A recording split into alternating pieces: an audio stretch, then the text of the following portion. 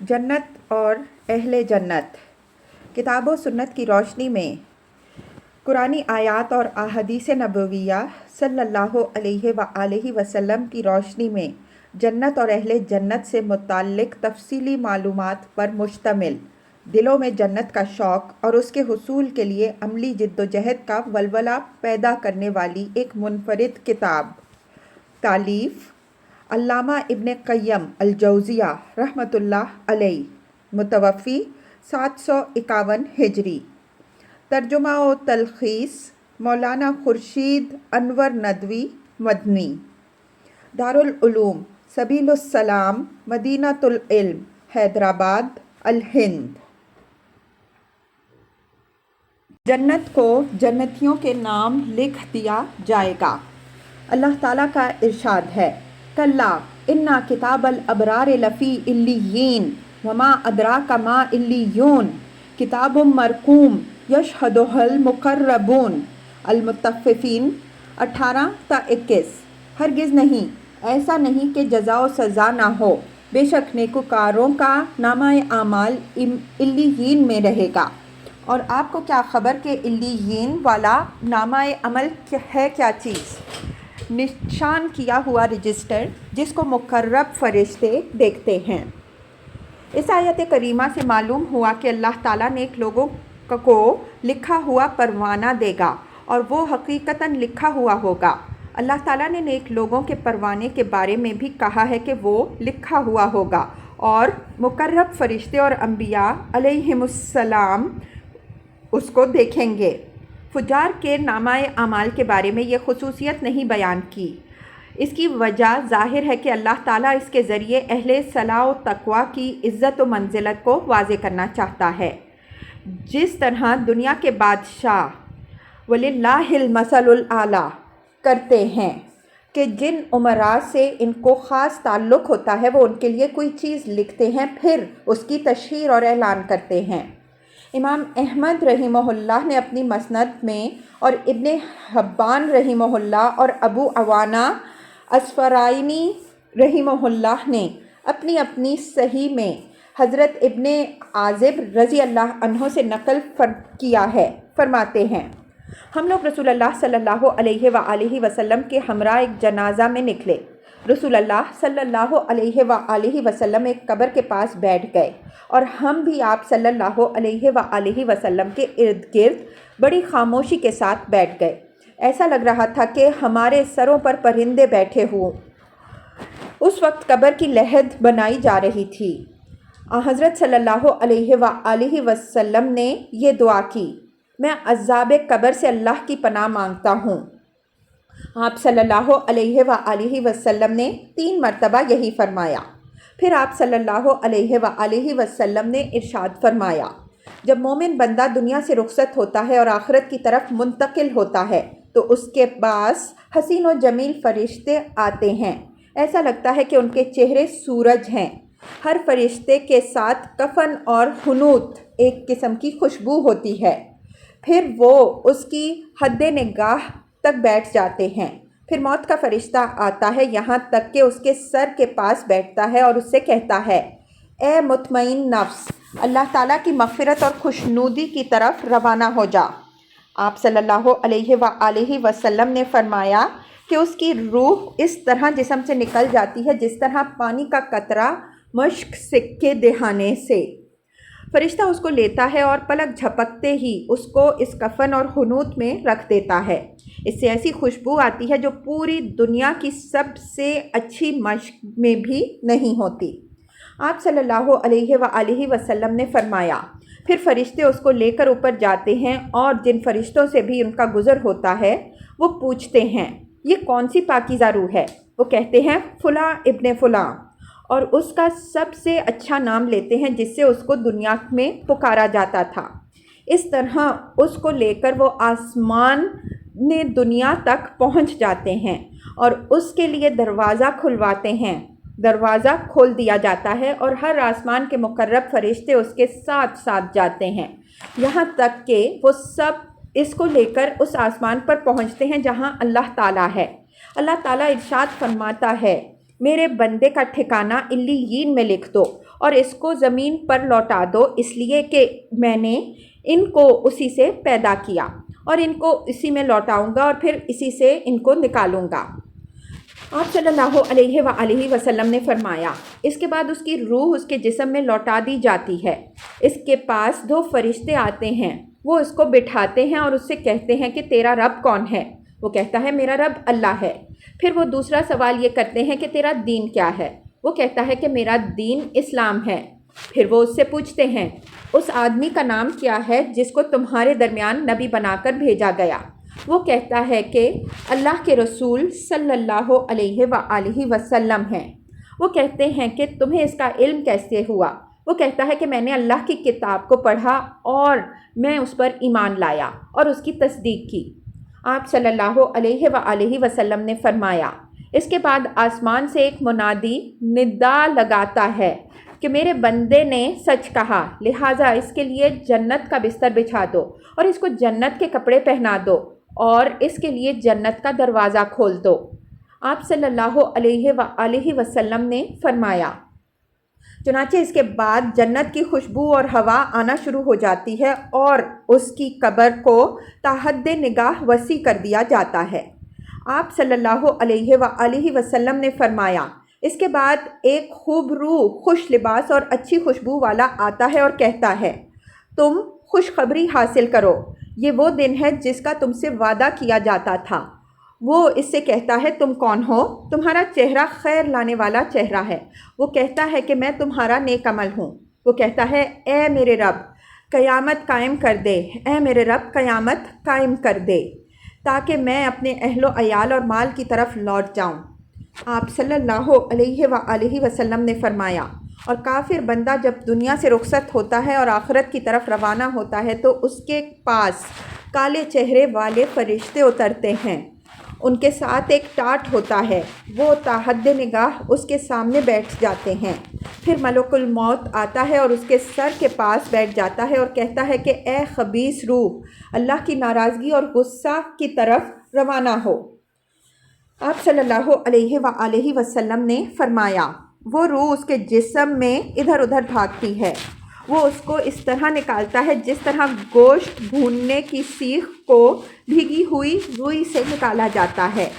وہ اس کو لیتا ہے اور جو ہی وہ اس کو لیتا ہے فرشتے پلک جھپکتے ہی اس کو اس ٹاٹ پر رکھ دیتے ہیں اور اس سے ایسی بدبو آتی ہے کہ دنیا کی سڑی سے سڑی لاش میں بھی نہ ہوگی۔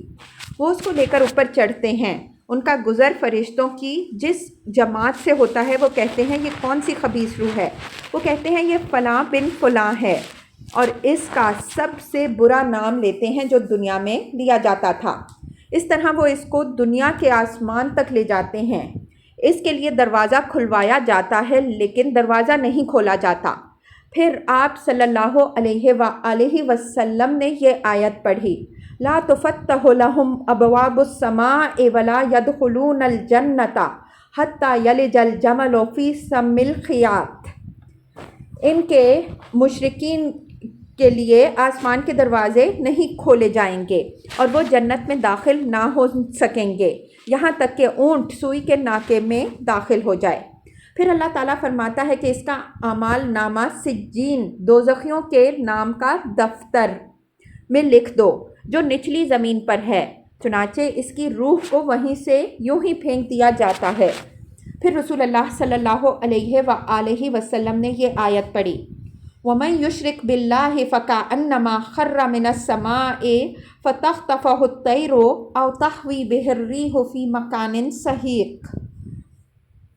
اور جو اللہ تعالیٰ کے ساتھ شرک کرتا ہے تو گویا وہ آسمان سے نیچے گر گیا، پھر اس کو پرندے نے اچک لیا، اس کو ہوا اڑا کر دور لے جاتی ہے، پھر اس کی روح کو اس کے جسم میں لوٹایا جاتا ہے اور اس کے پاس 2 فرشتے آتے ہیں، اس کو بٹھاتے ہیں اور اس سے پوچھتے ہیں کہ تیرا رب کون ہے؟ وہ کہتا ہے ہائے ہائے میں نہیں جانتا۔ پھر اس سے پوچھتے ہیں یہ کون آدمی ہے جس کو تمہارے پاس نبی بنا کر بھیجا گیا؟ وہ کہتا ہے ہائے ہائے میں نہیں جانتا۔ پھر آسمان سے ایک منادی ندا لگاتا ہے، میرے بندے نے جھوٹ کہا، اس لیے اس کے لیے جہنم کا بچھونا بچھا دو اور اس کے لیے جہنم کا ایک دروازہ کھول دو۔ چنانچہ وہاں سے اس کے پاس اس کی گرمی اور لپٹ آنے لگتی ہے اور اس کی قبر اس پر تنگ کر دی جاتی ہے، یہاں تک کہ ایک طرف کی پسلی دوسری طرف چلی جاتی ہے۔ پھر اس کے پاس ایک نہایت بدصورت برے کپڑوں میں نہایت بدبودار آدمی آتا ہے اور کہتا ہے، اس چیز کی بشارت حاصل کرو جو تیرے لیے نہایت تکلیف دہ ہے، یہ وہ دن ہے جس کا تم سے وعدہ کیا جاتا تھا۔ وہ کہتا ہے، تو کون ہے؟ تیرا چہرہ ایسا ہے جو شر لانے والا ہے۔ وہ کہتا ہے، میں تیرا خبیث عمل ہوں۔ وہ کہتا ہے، اے میرے رب، قیامت ناقائم کر۔ یہ تو جنتیوں کے نام جنت لکھنے کا عمومی تذکرہ تھا۔ بعض روایات میں یہ ہے کہ مخصوص طریقہ سے جنت میں داخلہ کا اجازت نامہ لکھا جائے گا، جیسا کہ طبرانی نے اپنے معجم میں اور سلمان فارسی رضی اللہ عنہ سے نقل کیا ہے کہ رسول اللہ صلی اللہ علیہ وآلہ وسلم نے ارشاد فرمایا، کوئی شخص جنت میں اجازت نامہ کے بغیر داخل نہیں ہوگا۔ اس اجازت نامہ پر یہ لکھا ہوا ہوگا، یہ اللہ تعالیٰ کی طرف سے فلاں ابن فلاں کے لیے پروانہ ہے، تم اس کو اونچے اونچے باغات میں داخل کر دو جس کے خوشے بہت قریب ہوں گے۔ سلیمان بن حمزہ نے اپنی سند سے سلمان فارسی رضی اللہ عنہ سے نقل کیا ہے کہ رسول اللہ صلی اللہ علیہ وآلہ وسلم نے ارشاد فرمایا، مومن کو پل صراط پر ایک پروانہ دیا جائے گا جس میں لکھا ہوا ہوگا، بسم اللہ الرحمن الرحیم، یہ اللہ عزیز و حکیم کی طرف سے پروانہ ہے فلاں ابن فلاں کے لیے، اس کو اونچے اونچے باغات میں داخل کر دو جن کے خوشے بہت قریب ہوں گے۔ جنت کے حصول کا ایک ہی راستہ ہے۔ جنت کے حصول کا ایک ہی راستہ ہے، یہ وہ حقیقت ہے جس سے تمام رسولوں علیہم السلام نے واضح کیا ہے، اور جہاں تک جہنم کے راستوں کا تعلق ہے تو وہ بے شمار ہیں۔ اسی لیے اللہ تعالیٰ نے جہاں کہیں جنت کے راستے کا تذکرہ کیا ہے تو اس کو مفرد لفظ کے ساتھ ذکر کیا ہے، اور جہاں جہنم کے راستوں کو بیان کیا ہے اس کو جمع کے صیغے کے ساتھ ذکر کیا ہے، جیسا کہ اللہ تعالیٰ نے ارشاد فرمایا، وَأَنَّ هَٰذَا صِرَاطِي مُسْتَقِيمًا فَاتَّبِعُوهُ وَلَا تَتَّبِعُوا السُّبُلَ فَتَفَرَّقَ بِكُمْ عَن سَبِيلِهِ، اور یہ بھی کہہ دیجئے کہ یہی میری سیدھی شاہراہ ہے، سو اسی پر چلو اور دوسری پگڈنڈیوں پر نہ چلو کہ وہ تم کو اللہ کی راہ سے جدا کر دیں گی۔ دوسری جگہ فرمایا، وَعَلَى اللَّهِ قَصْدُ السَّبِيلِ وَمِنْهَا جَائِرٌ النحل 9، اور اللہ ہی پر ہے راستہ کا دکھانا، اور بعض اس میں سے ٹیڑھے بھی ہیں۔ اس کا مطلب یہ ہوا کہ بعض راستے سیدھے راستے سے ہٹے ہوئے ہیں، اور فرمایا، ھذا صراط علیہ مستقیم الحجر 41، یہ سیدھا راستہ ہے مجھ تک پہنچانے والا۔ اور عبداللہ ابن مسعود رضی اللہ عنہ سے روایت ہے، فرماتے ہیں کہ رسول اللہ صلی اللہ علیہ وآلہ وسلم نے ہمارے واسطے ایک خط کھینچا اور فرمایا کہ یہ اللہ کا راستہ ہے، پھر کچھ لکیریں دائیں اور بائیں کی طرف کھینچیں اور فرمایا کہ یہ مختلف راستے ہیں، اور ہر راستے پر ایک شیطان ہے جس کی طرف وہ بلا رہا ہے۔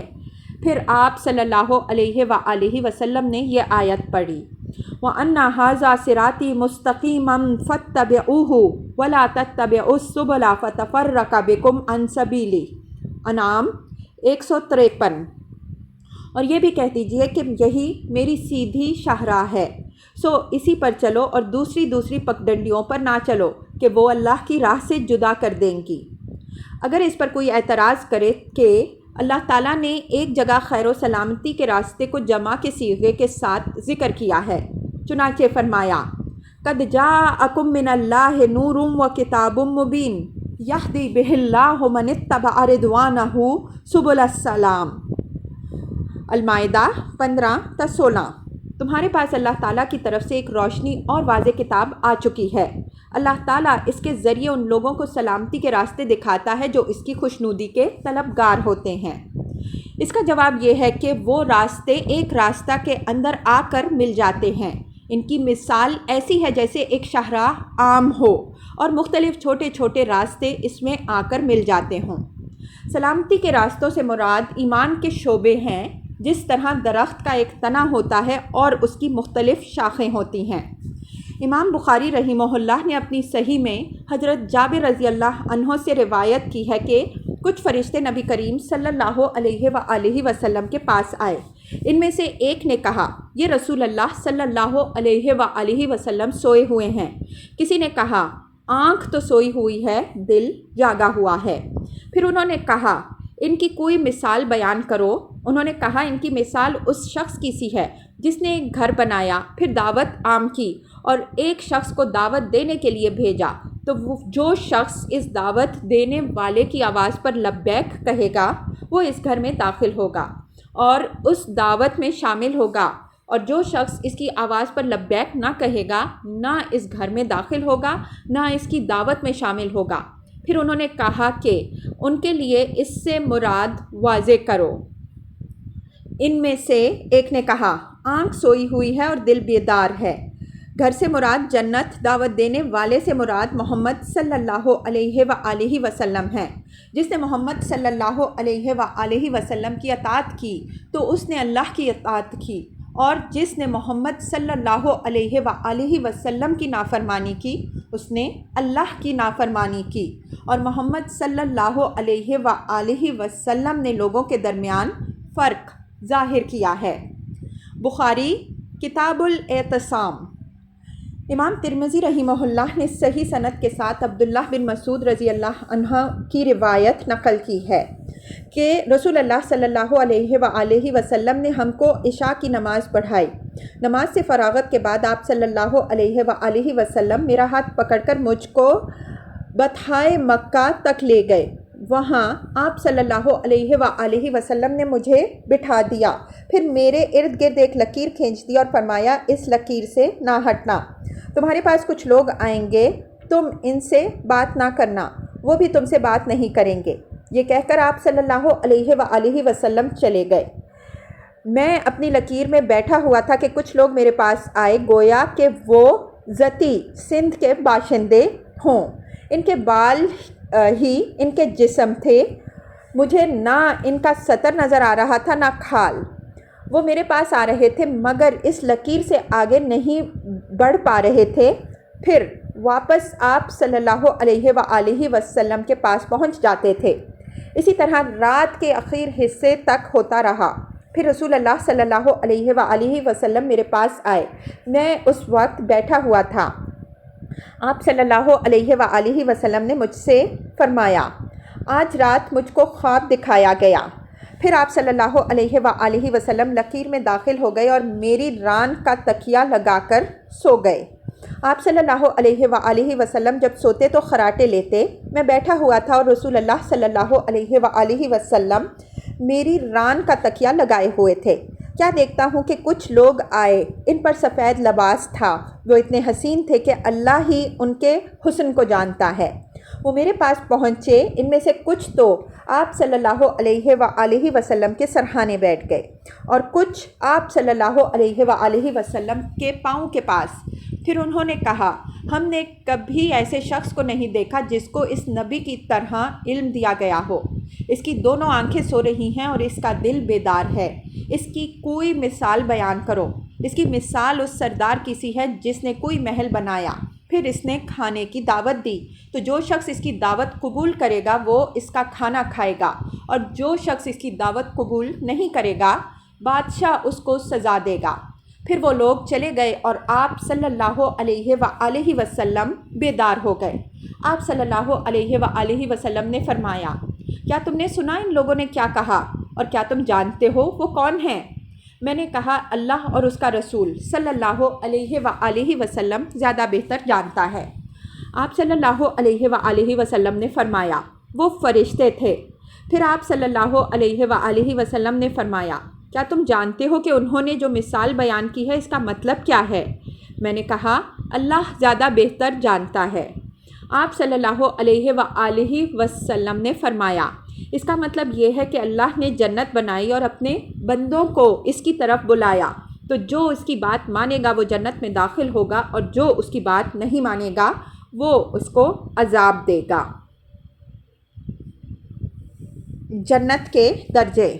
اللہ تعالیٰ کا ارشاد ہے لا يستوي القاعدون من المؤمنین غیر اولی الضرر والمجاہدون فی سبیل اللہ باموالہم وانفسہم فضل اللہ المجاہدین باموالہم وانفسہم علی القاعدین درجہ وکلا وعد اللہ الحسنی وفضل اللہ المجاہدین علی القاعدین اجرا عظیما درجات منہ ومغفرۃ ورحمۃ وکان اللہ غفور الرحیم۔ النساء 95 تا 96۔ مومنین میں سے بلا عذر گھر بیٹھے رہنے والے اور راہ خدا میں اپنے جان اور مال کے ذریعے جہاد کرنے والے برابر نہیں ہو سکتے۔ اللہ تعالیٰ نے اپنے جان و مال کے ذریعے سے جہاد کرنے والوں کو گھر بیٹھے رہنے والوں پر درجہ میں فضیلت بخشی ہے، اور بھلائی کا وعدہ تو اللہ نے سب ہی سے کر رکھا ہے، اور اللہ نے مجاہدوں کو بیٹھے رہنے والوں پر اجر عظیم کے لحاظ سے برتری دے رکھی ہے، یعنی اللہ کی طرف سے بہت سے درجے، بخشش اور رحمت، اور اللہ ہے ہی بڑا بخشش والا، بڑا رحمت والا۔ ابن جریر نے اپنی سند سے ابن محریز کا قول نقل کیا ہے، انہوں نے فضل اللہ المجاہدین علی القاعدین اجرا عظیما درجات منہ کی تفسیر کرتے ہوئے فرمایا وہ 70 درجے ہیں، اور ہر درجے کے درمیان اتنی مسافت ہے کہ ایک تیز رفتار سدھایا ہوا گھوڑا 70 سال میں ان کو طے کرے گا۔ عبداللہ ابن مبارک رحمہ اللہ نے اپنی سند سے حضرت ضحاک سے لہم درجات عند ربہم کی تفسیر میں ان کا یہ قول نقل کیا ہے، بعض اہل جنت بعض سے افضل ہوں گے، اور جس کو فضیلت دی گئی ہوگی وہ اپنے فضل کو جان لے رکھے گا، اور جو ان سے نیچے ہوں گے ان کو یہ محسوس نہیں ہوگا کہ کسی کو ان پر فضیلت دی گئی ہے۔ دوسری جگہ اللہ تعالیٰ فرماتا ہے انما المؤمنون الذین اذا ذکر اللہ وجلت قلوبہم وَإِذَا تُلِيَتْ عَلَيْهِمْ آيَاتُهُ زَادَتْهُمْ إِيمَانًا وَعَلَىٰ رَبِّهِمْ يَتَوَكَّلُونَ الَّذِينَ يُقِيمُونَ الصَّلَاةَ وَمِمَّا رَزَقْنَاهُمْ يُنْفِقُونَ أُولَٰئِكَ هُمُ الْمُؤْمِنُونَ حَقًّا لَهُمْ دَرَجَاتٌ عِندَ رَبِّهِمْ وَمَغْفِرَةٌ وَرِزْقٌ کریم۔ سورہ انفال آیات 2 تا 4۔ حقیقی مومن تو وہ ہیں کہ جب ان کے سامنے اللہ کا ذکر کیا جاتا ہے تو ان کے دل لرز جاتے ہیں، اور جب ان کو اس کی آیات پڑھ پڑھ کر سنائی جاتی ہیں تو ان کے ایمان میں اضافہ ہو جاتا ہے، اور وہ اپنے رب پر توکل کرتے ہیں، جو نماز قائم کرتے ہیں اور جو کچھ ہم نے ان کو دیا ہے اس میں سے خرچ کرتے ہیں۔ یہی ہیں حقیقی مومن، ان کے لیے ان کے رب کے ہاں بڑے درجے ہیں، اور مغفرت بھی اور عزت کی روزی بھی۔ صحیحین میں حضرت ابو سعید خدری رضی اللہ عنہ سے روایت ہے کہ رسول اللہ صلی اللہ علیہ وآلہ وسلم نے فرمایا اہل جنت اپنے سے اوپر والے کمرے والوں کو دیکھیں گے جس طرح مشرق و مغرب میں غروب ہونے والا چمکتا ستارہ نظر آتا ہے۔ اس کی وجہ یہ ہے کہ ان کے درمیان درجات میں تفاوت ہوگا۔ صحابہ رضی اللہ عنہم اجمعین نے عرض کیا کہ اے اللہ کے رسول صلی اللہ علیہ وآلہ وسلم، وہ تو انبیاء کے مقامات ہوں گے، ان کے علاوہ کوئی دوسرا وہاں تک نہیں پہنچ سکتا۔ آپ صلی اللہ علیہ وآلہ وسلم نے فرمایا نہیں، اس ذات کی قسم جس کے قبضے میں میری جان ہے، وہ ایسے لوگ ہوں گے جو اللہ پر ایمان لائے ہوں گے اور انہوں نے رسولوں کی تصدیق کی ہوگی۔ مسند احمد میں ابو سعید خدری سے روایت ہے کہ رسول اللہ صلی اللہ علیہ وآلہ وسلم نے ارشاد فرمایا آپس میں محبت کرنے والوں کے کمرے جنت میں اس طرح نظر آئیں گے جس طرح مشرقی اور مغربی ستارہ چمکتا ہے۔ پوچھا جائے گا کہ یہ کون ہیں؟ جواب دیا جائے گا کہ یہ اللہ کے واسطے ایک دوسرے سے محبت کرنے والے ہیں۔ مسند احمد ہی میں حضرت ابو سعید خدری رضی اللہ عنہ کی ایک اور روایت ہے کہ نبی کریم صلی اللہ علیہ وآلہ وسلم نے ارشاد فرمایا جنت کے 100 درجے ہیں، اگر سارے عالم کے لوگ ان میں سے کسی ایک درجے کے اندر اکٹھا ہو جائیں تو سب اس میں سما جائیں۔ مسند احمد میں انہی سے یہ روایت بھی ہے کہ نبی کریم صلی اللہ علیہ وآلہ وسلم نے ارشاد فرمایا جب صاحب قرآن جنت میں داخل ہوگا تو اس سے کہا جائے گا کہ پڑھتا جا اور چڑھتا جا۔ وہ پڑھنا شروع کرے گا کہ ہر آیت کے بدلے ایک درجہ اوپر چڑھ جائے گا۔ یہاں تک کہ آخری آیت جو اس کو یاد ہوگی اس کو پڑھے گا۔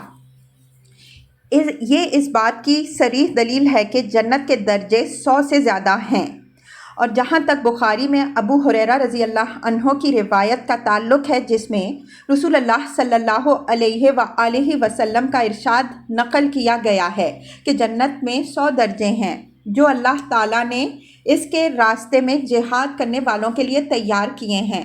ہر 2 درجے کے درمیان اتنا فاصلہ ہے جتنا زمین اور آسمان کے درمیان۔ لہٰذا جب تم اللہ سے مانگو تو فردوس طلب کرو، کیونکہ وہ جنت کا بیچ اور اس کا اعلیٰ حصہ ہے، اور اس کے اوپر رحمان کا عرش ہے، اور اسی سے جنت کی نہریں پھوٹتی ہیں۔ تو اس سے مراد یا تو یہ ہے کہ یہ 100 درجے من جملہ اور درجوں کے ہوں گے، یا اس کا مطلب یہ ہے کہ اس کے اخیر میں یہ 100 درجے ہیں اور ہر درجے کے ضمن میں بہت سے درجے ہیں۔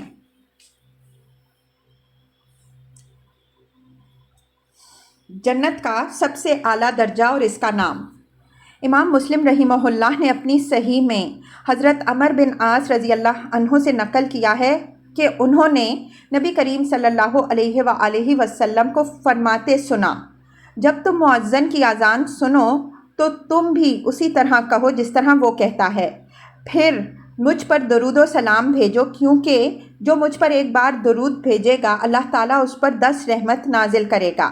پھر تم میرے لیے وسیلہ طلب کرو، کیونکہ وہ جنت کا ایسا مقام ہے جو اللہ کے بندوں میں سے صرف ایک بندے کے لائق ہے، اور میں امید کرتا ہوں کہ وہ بندہ میں ہی ہوں، اور جو میرے لیے وسیلہ کی دعا کرے گا اس کے لیے میری شفاعت واجب ہو جائے گی۔ مسلم کتاب الصلاۃ۔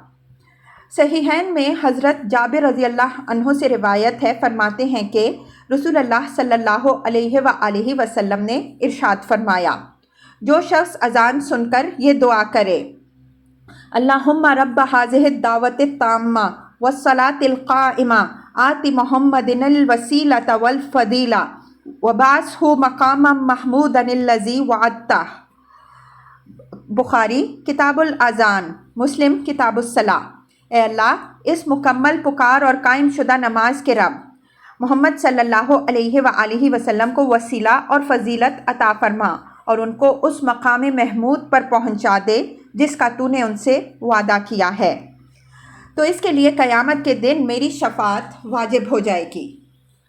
مسند احمد میں حضرت ابو سعید خدری رضی اللہ عنہ سے روایت ہے کہ رسول اللہ صلی اللہ علیہ وآلہ وسلم نے ارشاد فرمایا، وسیلہ اللہ تعالیٰ کے ہاں ایک درجہ ہے، اس سے اوپر کوئی درجہ نہیں، لہٰذا تم میرے لیے وسیلہ کی دعا کرو۔ ابو نعیم نے حضرت عائشہ رضی اللہ عنہا سے روایت کیا ہے کہ ایک شخص نبی کریم صلی اللہ علیہ وآلہ وسلم کی خدمت میں حاضر ہوا اور اس نے کہا، اے اللہ کے رسول صلی اللہ علیہ وآلہ وسلم، اللہ کی قسم، آپ صلی اللہ علیہ وآلہ وسلم میرے نزدیک میری جان، میرے اہل و عیال اور میری آل و اولاد سے زیادہ محبوب ہیں، اور کبھی کبھی میں گھر پر ہوتا ہوں اور آپ صلی اللہ علیہ وآلہ وسلم کی یاد آتی ہے، اور جب تک آپ صلی اللہ علیہ وآلہ وسلم کو دیکھ نہ لوں مجھے چین نہیں آتا، مگر جب میں اپنی اور آپ صلی اللہ علیہ وآلہ وسلم کی موت کو یاد کرتا ہوں تو یہ حقیقت سامنے آ جاتی ہے کہ جب آپ صلی اللہ علیہ وآلہ وسلم جنت میں جائیں گے تو آپ صلی اللہ علیہ وآلہ وسلم تو انبیاء کرام علیہم السلام کے ساتھ اونچے درجات پر پہنچا دیے جائیں گے، اور میں جب جنت میں جاؤں گا تو مجھے ڈر ہے کہ میں آپ صلی اللہ علیہ وآلہ وسلم کو نہ دیکھ سکوں۔ نبی کریم صلی اللہ علیہ وآلہ وسلم نے اس کا کوئی جواب نہ دیا، یہاں تک کہ حضرت جبریل علیہ السلام یہ آیت کریمہ لے کر نازل ہوئے، وَمَن يُطِعِ اللَّهَ وَالرَّسُولَ فَأُولَٰئِكَ مَعَ الَّذِينَ أَنْعَمَ اللَّهُ عَلَيْهِمْ مِنَ النَّبِيِّينَ وَالصِّدِّيقِينَ وَالشُّهَدَاءِ وَالصَّالِحِينَ وَحَسُنَ أُولَٰئِكَ رَفِیقًا۔ سورہ النساء آیت 69۔ اور جو شخص اللہ اور اس کے رسول صلی اللہ علیہ وآلہ وسلم کی اطاعت کرے گا تو وہ ان لوگوں کے ساتھ ہوگا جن پر اللہ نے انعام کیا، یعنی انبیاء علیہم السلام، صدیقین، شہداء اور صالحین کے ساتھ، اور یہ بہترین رفیق ہیں۔ حافظ ابو عبداللہ مقدسی فرماتے ہیں، میرے علم کے مطابق اس حدیث کی سند میں کوئی لچک نہیں ہے۔ نبی کریم صلی اللہ علیہ وآلہ وسلم کے درجہ کو وسیلہ سے اس لیے موسوم کیا گیا کیونکہ وہ تمام درجات کے مقابلہ میں اللہ تعالیٰ سے سب سے زیادہ قریب ہے۔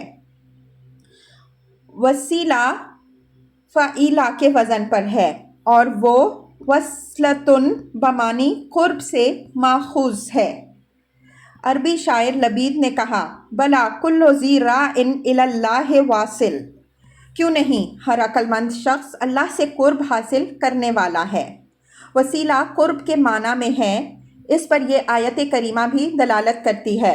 اولئک الذین یدعون یبتغون الی ربہم الوسیلۃ ایہم اقرب، اسراء 57۔ جن کو یہ کفار پکارتے ہیں وہ اپنے رب کی طرف وسیلہ طلب کرتے ہیں کہ ان میں سب سے زیادہ کون قربت رکھنے والا ہے۔ اور چونکہ رسول اللہ صلی اللہ علیہ وآلہ وسلم خلق خدا میں سب سے زیادہ اللہ کی عبادت کرنے والے، سب سے زیادہ اللہ کی معرفت رکھنے والے، سب سے زیادہ اس سے ڈرنے والے اور سب سے زیادہ اس سے محبت کرنے والے تھے، اس لیے ان کا مقام بھی اللہ کے نزدیک سب سے زیادہ قربت والا ہے۔ اسی لیے نبی کریم صلی اللہ علیہ وآلہ وسلم نے اپنی امت کو تعلیم دی کہ وہ آپ صلی اللہ علیہ وآلہ وسلم کے لیے اس مقام کے حاصل ہونے کی اللہ سے دعا کریں تاکہ ان کو اس دعا کے ذریعہ اللہ کا قرب میسر ہو۔